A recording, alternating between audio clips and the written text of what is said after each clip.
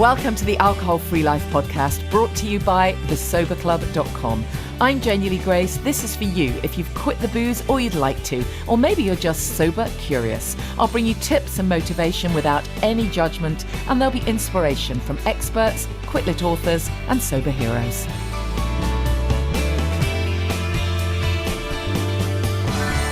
Hi and welcome to the podcast. I don't need to do a very long introduction this week because you get to hear me gassing through the whole thing with the wonderful Susan from Hola Sober. You've probably heard me chat with Susan before. It's always good when we get together.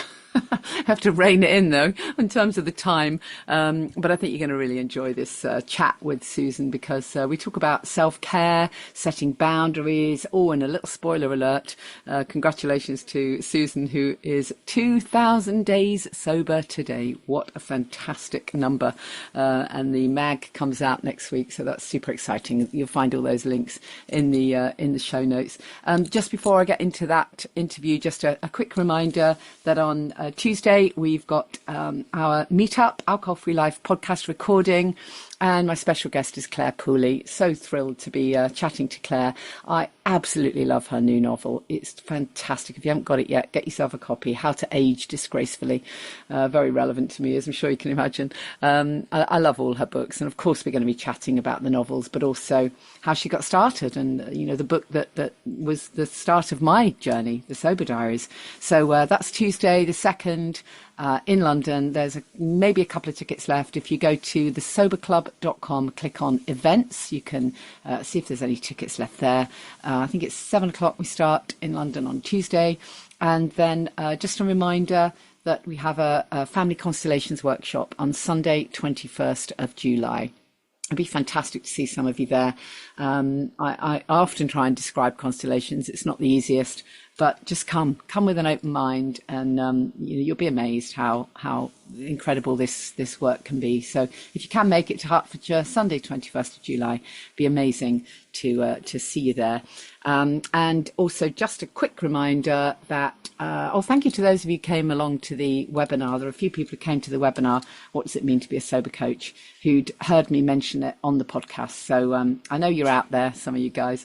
And if that is of interest, then get in touch. We're booking for our next training, which is in January, after the October one. So you know, if that's something you're interested in, then you can have a long run up to it, as it were, to really underpin those foundations.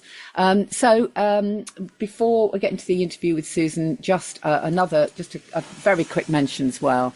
A bunch of people in the Sober Club have kind of said to me, sometimes privately, I was amazed at just what an impact the sunshine made on me, right? You know, we finally get the weather in the UK. And it's like it hits you out of nowhere. The fact that the sun is shining, those old associations with, the sun's shining, therefore I must go sit by the river with a glass of something. I must meet friends and sit in a pub garden. I must crack open. The associations are so strong. Of course they are, because, you know, you've been doing this stuff for years, and we're trying to rewrite the neural pathways. And I think if we can accept that these triggers are going to pop up, we can then work with it. So if we accept, okay, these thoughts are going to come in, this little voice is going to pop up, these memories will appear, and they'll all be, you know, of us feeling very smiley and happy. But we need to recognize that this is what's going to happen, and then put the pause in and be willing to reframe it, be willing to play that tape forward, right? Sometimes it's difficult in the moment to spend an awful lot of time going back over old ground and reminding yourself how terrible everything was. It's better, once you've made this decision, once you're on this path, I think it's better to just put the pause in and then play that tape forward and start to visualize and start to feel positive about all the good things, everything you're going to be gaining. And, you know, if you're not sure about that, listen back to some of my podcasts. I bang on quite a lot about the positive benefits of sobriety. It really is not only about getting away from the misery. Of course you want to do that. Of course we don't want to be stuck in the alcohol trap. It's responsible for God knows how many illnesses, awful mental health problems, a huge amount of crime. is connected to alcohol. You know, it just goes on and on. Of course, we want to get away from it, but also the really exciting piece is what we're moving towards. So because as humans, you know, we seek pleasure, as humans, we hate having to stop something we thought we enjoyed. But if we think we've got something even better coming, then our unconscious mind will work with that as long as we allow it to. So just really get used to acknowledging the wine witch. You know, give it a name, make it fun. All right, okay, here's that voice again. Well, I don't have to listen to it, and reframe it and play that tape forward. Honestly, don't let the sunshine be the reason you end up falling back into this trap. I saw there was a piece in the press popped up in the week. It was actually a report from a few years ago, but it popped up again about the rise in women, particularly over drinking and, you know, going off to their Ascot ladies' days or clubs or whatever it was, and the weekend binge drinker, you know, and there were quotes from all these women saying, you know, I wake up feeling absolutely terrible hangover. I'm having to make excuses. I can't go to work, you know, but it was worth it. I'm like, seriously? Have you gone mad? What bit of it? What bit of it was worth it? Seriously, it's so crazy the way we've been just brainwashed into thinking that we can't have a good time without booze. Crazy. Anyways, enjoy this. Susan, how fantastic to see you in the sunshine. In Madrid. And it's important to see you too. And I'm happy that I'm not the only one in sunshine, that you actually now finally have sunshine in. Yeah, finally, eh? Sunshine and you're in rain. I know, absolutely. Susan, we've not spoken for a while, but I know that a topic that we've discussed in the past, and it seems fitting to talk about it again, is the topic of self-care. And, you know, let's go through a few of those bits and pieces, but particularly around setting boundaries and how boundaries come into self-care. So just tell us a bit about what's been going on with you, because you've been queen of setting a few boundaries lately, right? I have been the queen of setting boundaries, and I'm actually quite proud of the boundaries that I've set. I haven't been feeling very well, and I'm very tired, and I do have cardiovascular disease, and it had accelerated. And as you know, it's kind of a one-woman show with a crowd of volunteers at Hola Sober.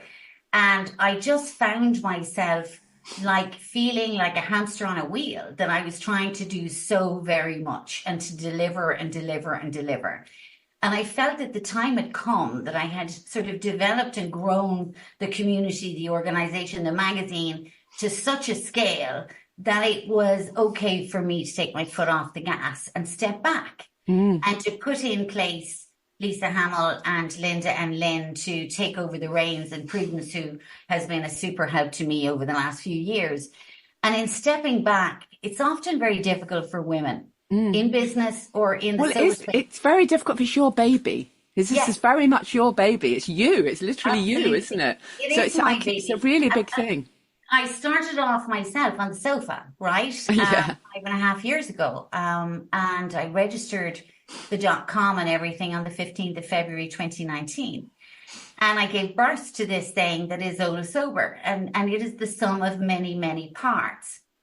But I think that often women in a community, sober space or business, we're afraid to step back because we are somehow fearful of people looking upon us as weak if we step back. Yeah. We're somehow fearful that people will think that, you know, something has happened. Or we're fearful that we will be looked down upon because it all got too much. Yeah. And the culmination of those three things obviously were spinning in my head. But I had to make a very clear decision. And I had to say that I believe I've done my piece, that I've set poetry in motion. I adore the magazine, That's My Baby, and no one's getting their hands on that one.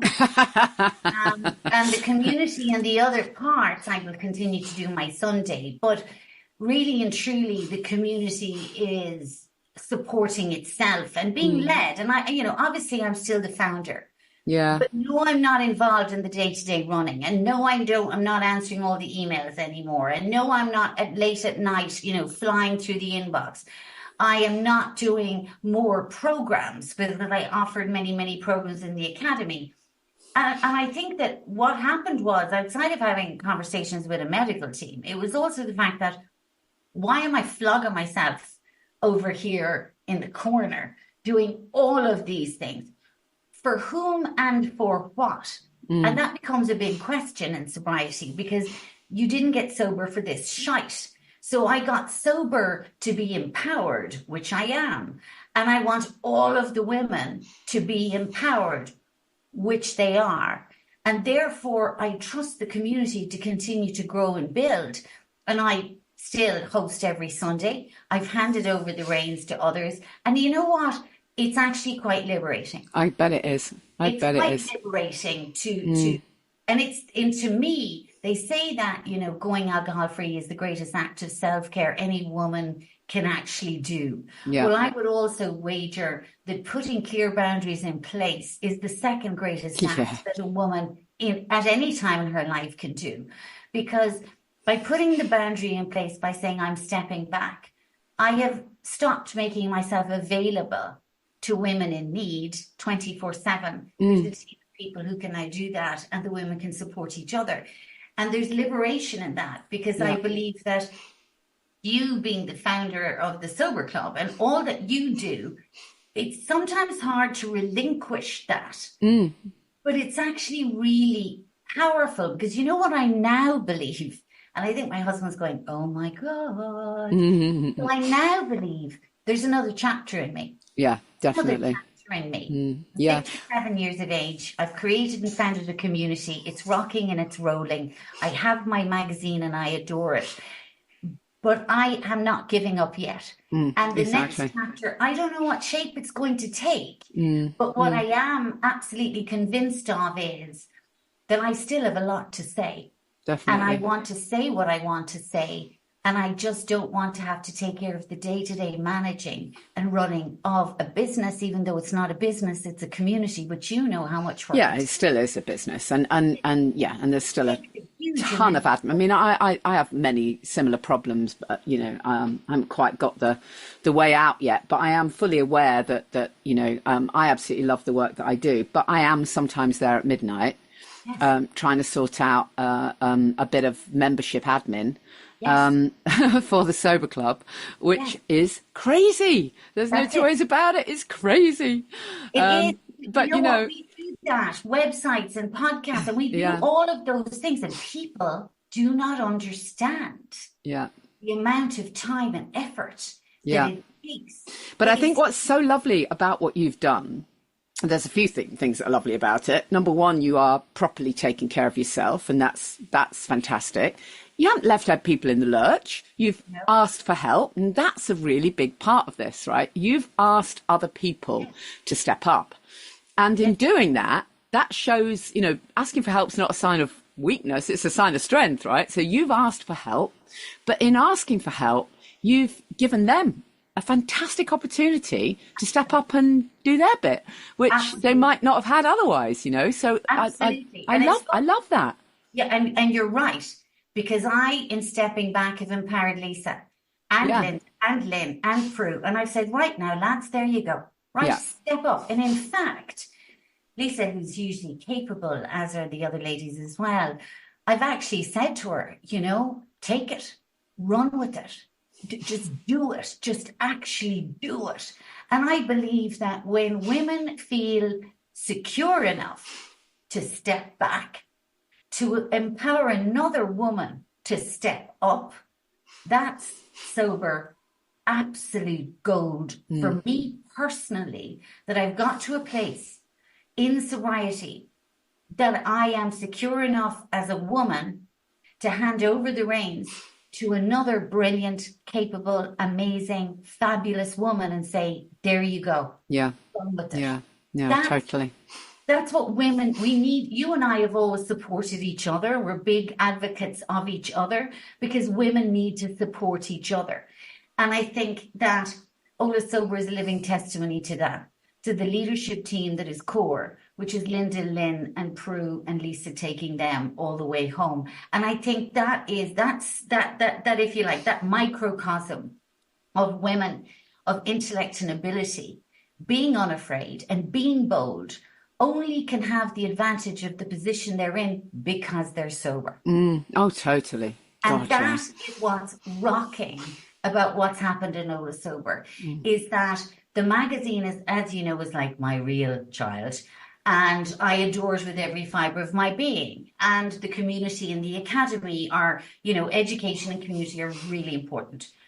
But I've been acting in a way that I think is an indictment on my own personal journey in sobriety by saying, there you go, I'm stepping back. Yeah. No one's been left in the lurch. You're Yeah, exactly. Yeah, I love it. Community will hold you.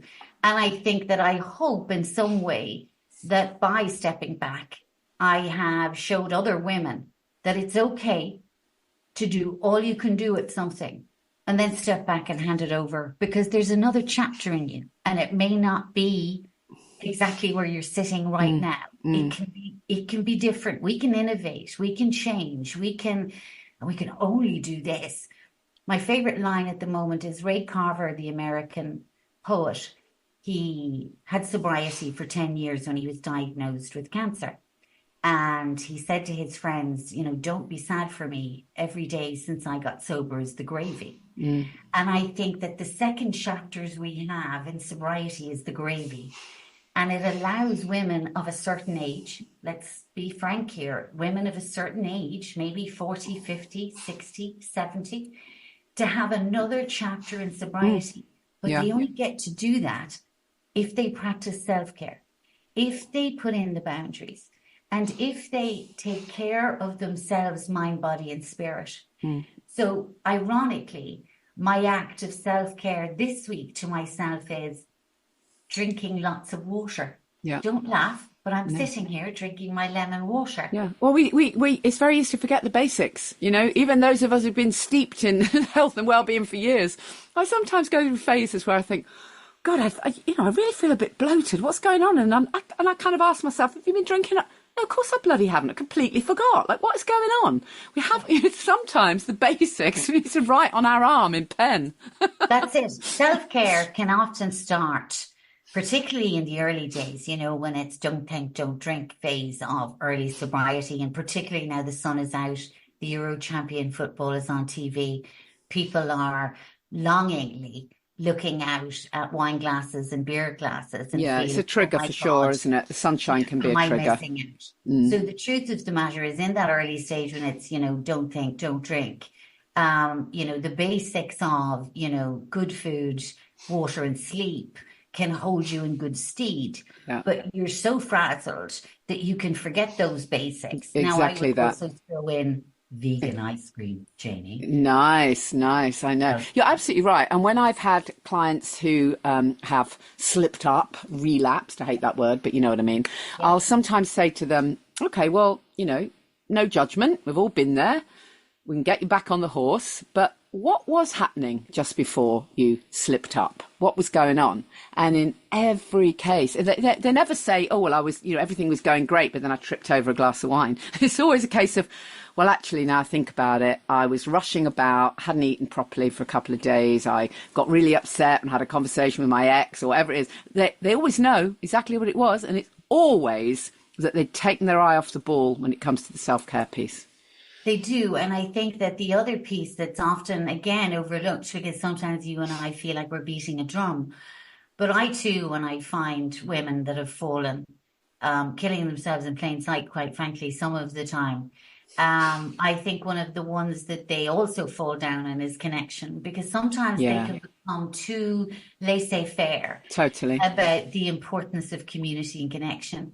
And often women, a year in, 2 years in, 3 years in, they can get quite lazy about their sober routines and rituals and the acts of self-care. And sometimes in that phase, boredom sets in.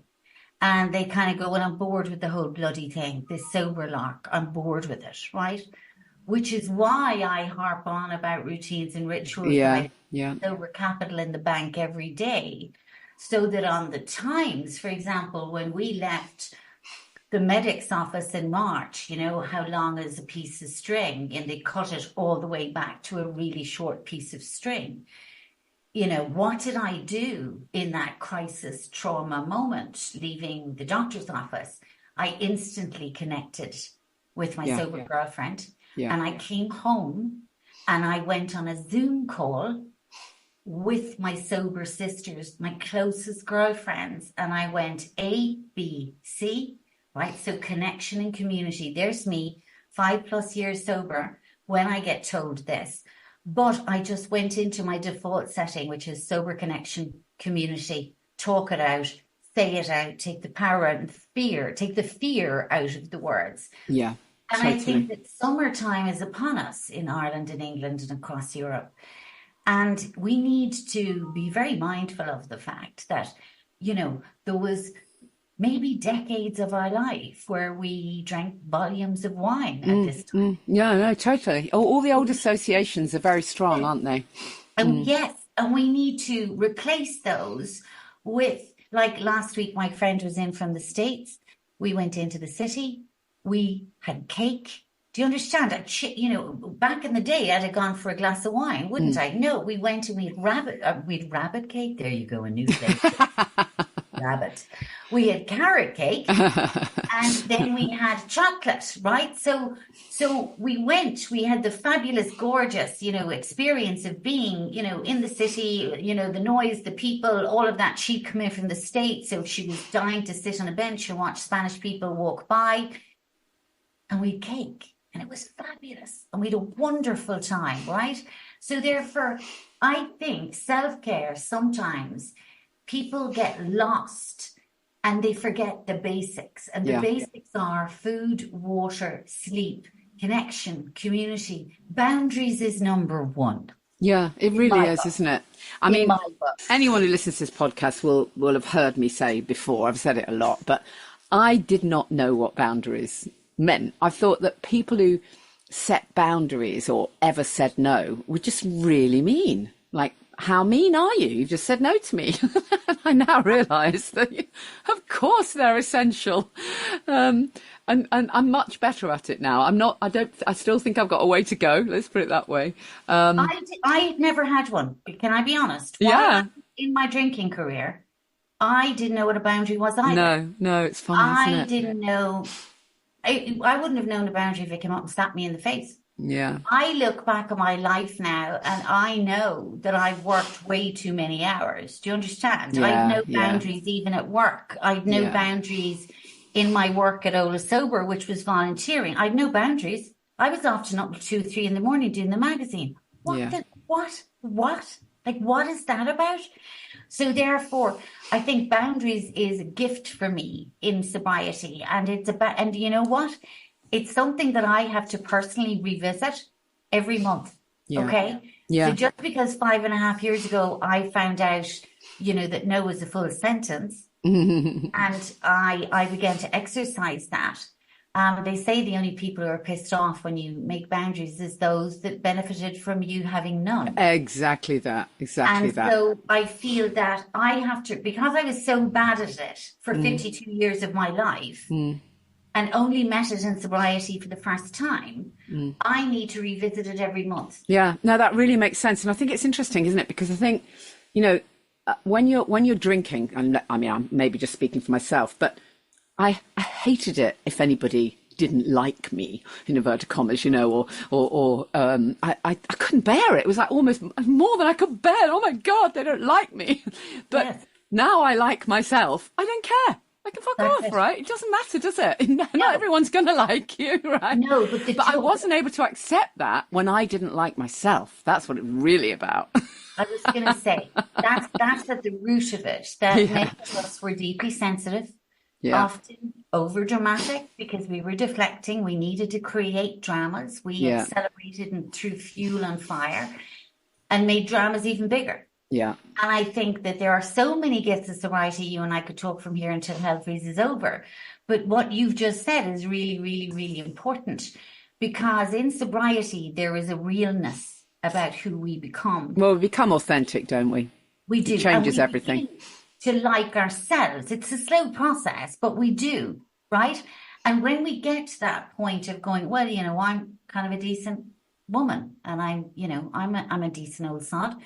And if someone comes along and they don't like us, it doesn't affect us. Yeah, it's not our problem. No, it's not our issue. And our bubbles are small. They're tight and they're real. And we live in the real world.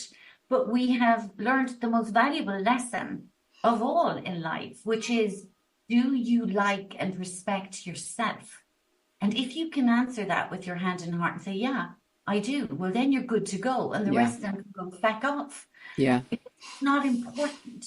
It really isn't important. And I love the sentence, I didn't get sober for this shite. And I say it all the time because, when dramas happen or Mary says, Bridie said that, and then Bridie says the other, and she doesn't like you, I'm like, couldn't give a flying fiddlers. Yeah, really? Exactly. Doesn't bother me.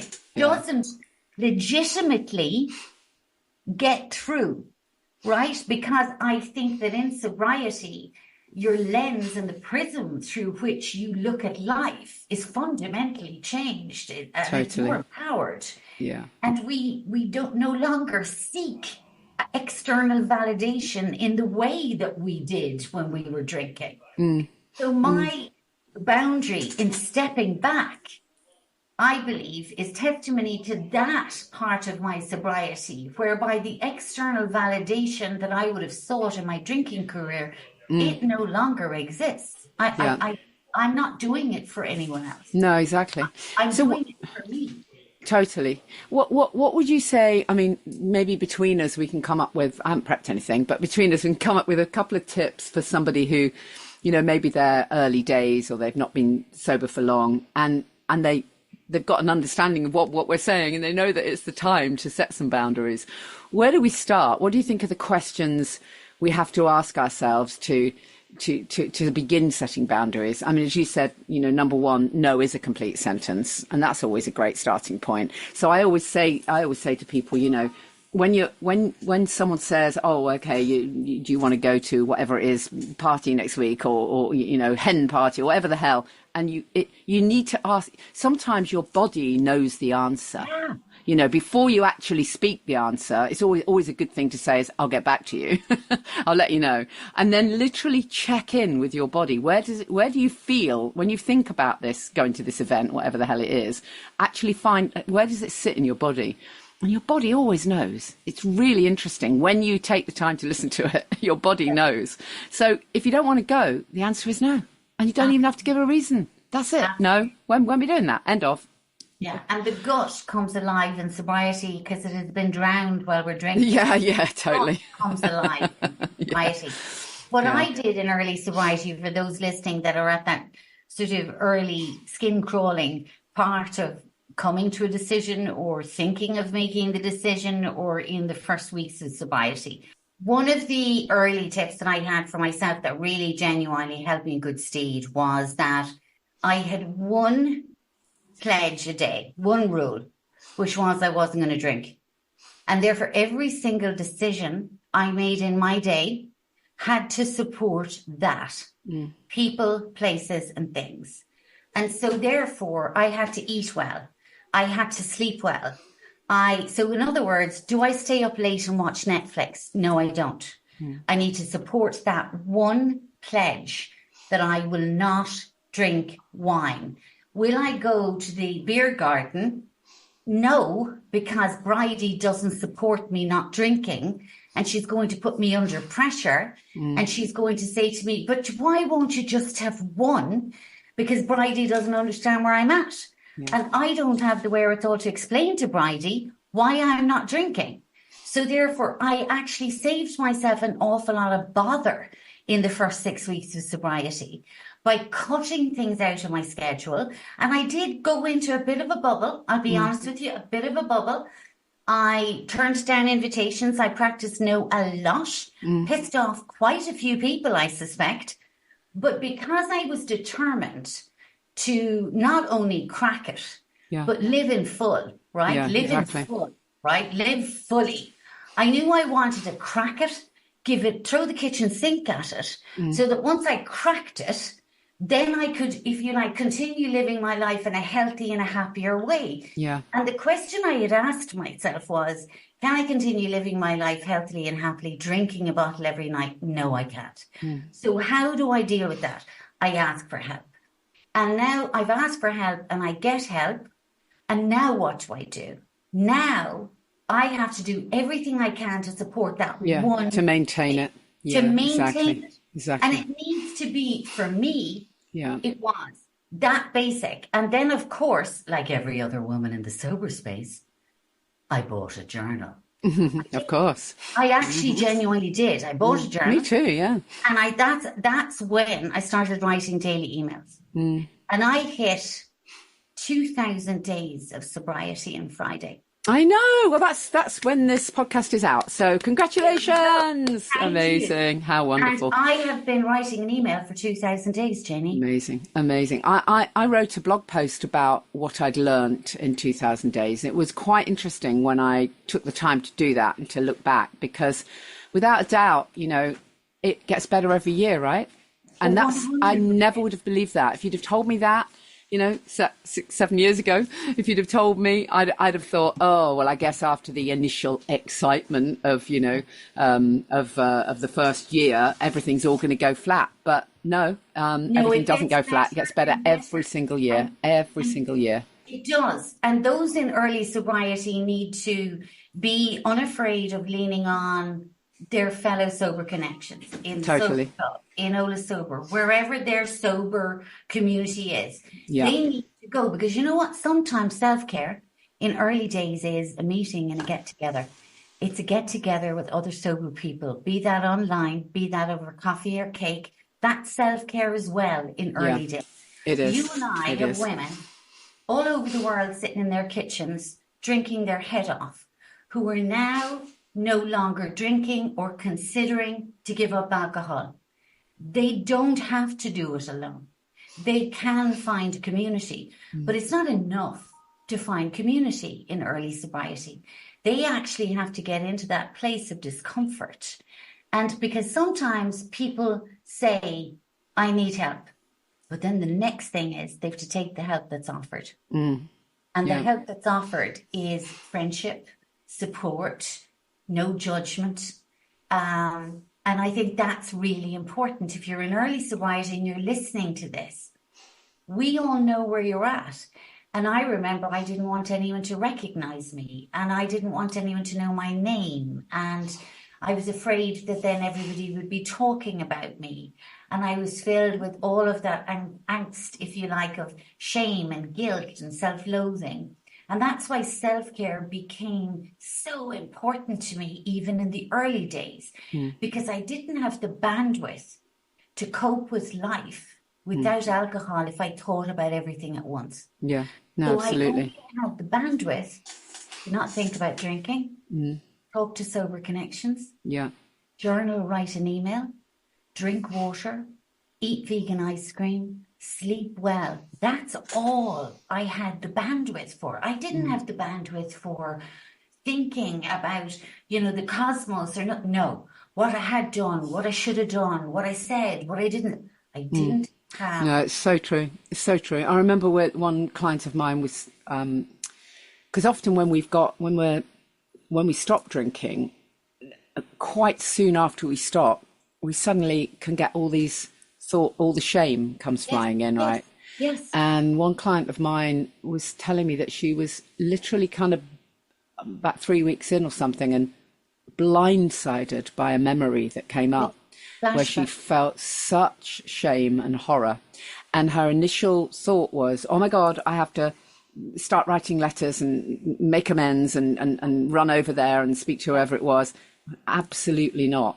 No. Now is not the time for that. You're in recovery. You've only got to think about strengthening yourself right now. Write about it, journal it, park it. Maybe later down the line work has to be done, but not at that stage. You're literally still in recovery. No, because here's the bottom line. We are nutritionally depleted. Exactly. Brain chemistry all over the place. Minerals, in vitamins. We are depleted in sleep. Yeah. We are deprived of water. These are the basic fundamental things that keep the body working. And we have been pouring alcohol into ourselves for decades. And the bizarre thing is we do that. And then women and men think on day 4, why am I not feeling any better? Yeah. And I want to say to them in the honor effect, you've been drinking your head off for 30 years. It's a process. It is a journey. We hate the word journey, but that's what it bloody is. And in early sobriety, all you've got to do is not drink. That's bloody it. And when those flashbacks come at 6 weeks, 10 weeks, 5 weeks, whenever, that is a great place in sober community that you can share that and the burden can be shared. And others will say, that was me too. And that was me too. And all we ever want in our shame is to know that we weren't the only ones. Totally. And I to feel think heard, that, you know, shame is of self, guilt is behavior, and self-loathing is shame's best body. Yeah. Those 3 bags, suitcases, can be managed by self-care. Yeah, by totally.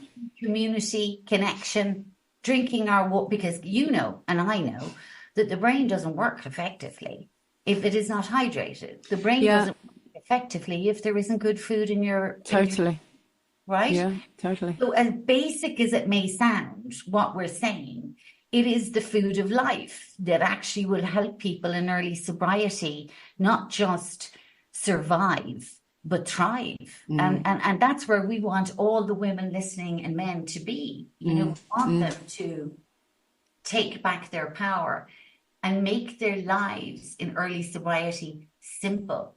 Like, keep it simple. This isn't rocket science. We're actually not asking for a deep dive into your history, past trauma. None of it is appropriate, in my opinion, just in my opinion. I believe all of that's for a therapist chair or whatever in a year or 2, right? I wasn't one of those, should I write amends? Through Jesus Christ, I'd still be writing amends, Janey, 5.5 years later. So, you know, I wasn't one of those, but I did say sorry to my children and husband.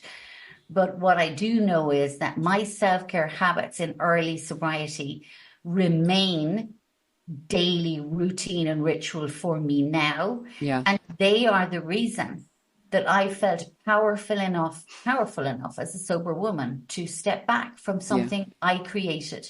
It's because of those. Brilliant. Well, it's amazing, Susan. It's amazing everything you have created. And I think the mag is out next week, isn't it? The next mag. It's fantastic. And I'm very excited. And I've got a fabulous piece in there from Bruce, one of our Hola Sober men. Oh, great. Yes, he's dead sound. Very cool. And gorgeous piece in there as well about the fabulous Nicola Coughlin-Bridgerton, because I feel that, you know, she is doing huge things for body positivity in terms of, and a lot of our women have, you know, you and I would suffer from body image. Yeah, of course. They come into sobriety. And we've got the usual fabulous glamour, nail polishes, all kinds of fabulous things. I'm excited. It's coming out next week. As I say, it is my baby. It is Brilliant. My baby. Yeah, long may it live. I love it. And a big congratulations on your 2,000 days. Very funky number. Love it. It is. It's the most magnificent. It is, isn't it? Isn't it wonderful? I'm so bloody excited about being 2,000 days. I cannot tell you. It's ridiculous. I know, it is. It's just amazing. I know. I felt like that. It was lovely. It was just really lovely. There's something round about it. I don't know what it is, but it actually means something to me. And I personally believe, to anybody listening, let me say this.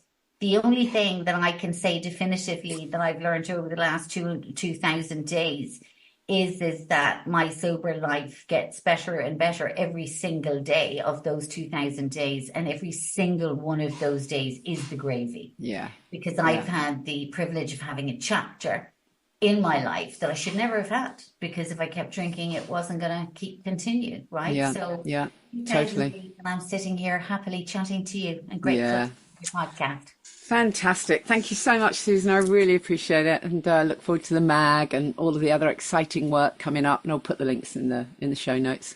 Thanks again. Thank you. Bye-bye. Thank you, gorgeous Susan, and we'll put that link in the show notes. I love writing for Hola Sober magazine. It's such a gorgeous magazine. Susan is so talented, really so unbelievably talented, and such an inspiration. And just a quick reminder, Tuesday, Club Soda. If you have got a ticket, there may be a couple left. Go to thesoberclub.com, click on events, and while you're there, book yourself a ticket for Family Constellations for the workshop on the 21st of July. If you've no idea what it is, have a little read of the info, or you're very welcome to pop me a message, and I'll do my best to point you in the direction of what it's about. But you might have to just trust me, a little bit like with the alcohol, right? Just trust me, it's good. Or rather, no alcohol. Don't want you to think I'm saying a bit like with the alcohol. Sunshine. I'll see you same time next week. Don't forget, you know where to find me, at Janey Lee Grace. If you're doing this, if you're first time into all of this, or you've been around the block a few times and you're starting again, tell someone you're quitting. Tell someone. Get some support, get some encouragement, get someone on side. Of course, I'd love it if you were to join us in the Sober Club. There's just so much inspiration there, and accountability and connectivity and everything you need there to keep you going, to be a cheerleader for you. If that feels like a bridge too far, just tell someone who has been there, done it, got the T-shirt. I am very willing to accept your message, and I will respond to as many as I possibly can. But keep the faith, hang on in there, tell someone you're doing this, and do all the self-care pieces, all that stuff we were talking about. It's super important. Do the self-care, set the boundaries. See you next time. Thank you for listening to the Alcohol Free Life podcast, brought to you by the Sober Club. Please rate and review. And if you want support, accountability and inspiration, and you want to live your best life without the booze, check out thesoberclub.com.